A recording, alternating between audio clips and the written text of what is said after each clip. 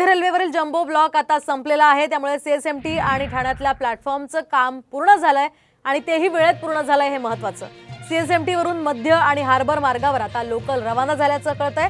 CSMT आणि Thane railway स्टेशनवरील प्लॅटफॉर्मच्या रुंदीकरणासाठी तब्बल 36 तासांचा मेगा ब्लॉक घेण्यात आलेला होता आणि ब्लॉक काळामध्ये अनेक लोकल आणि एक्सप्रेस रद्द झाल्यामुळे प्रवाशांना या ठिकाणी मोठा मनस्ताप सहन करावा लागला होता।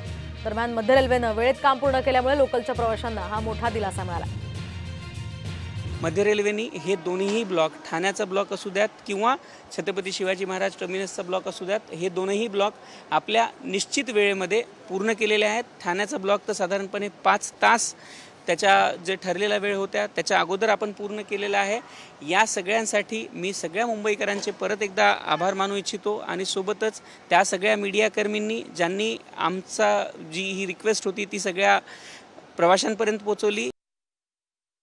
दरम्यान याच संदर्भात ठाण्यातनं आढावा घेतला आमचे प्रतिनिधी विकास काटे यांनी। प्रतीक्षा ठाणेकरांची संपलेली आहे।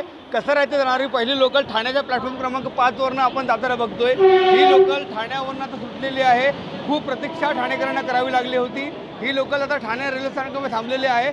1:12 ही जी काही लोकल आहे या लोकलच्या माध्यमातून जे काही सगळे लोक आहेत हे आता कसरायचे जाणार। खूप या लोकलमध्ये खूप मोठ्या प्रमाणात गर्दी दिसते, परंतु ठाणेकर जे चाकरमानी आहेत गेल्या 63 तासांपासून याची वाट बघत होते। हा प्लॅटफॉर्म आता सुरू झालेला आहे। खूप मोठ्या प्रमाणावरती नागरिकांनी या ठिकाणी स्वागत केलेलं आहे। जे काही चाकरमानी होते हे देखील याच्या प्रतीक्षेत असताना आता कसारा लोकलच्या माध्यमातून प्लॅटफॉर्म क्रमांक 5 या ठिकाणावरून आता चाकरमानी पोहोचणार आहेत।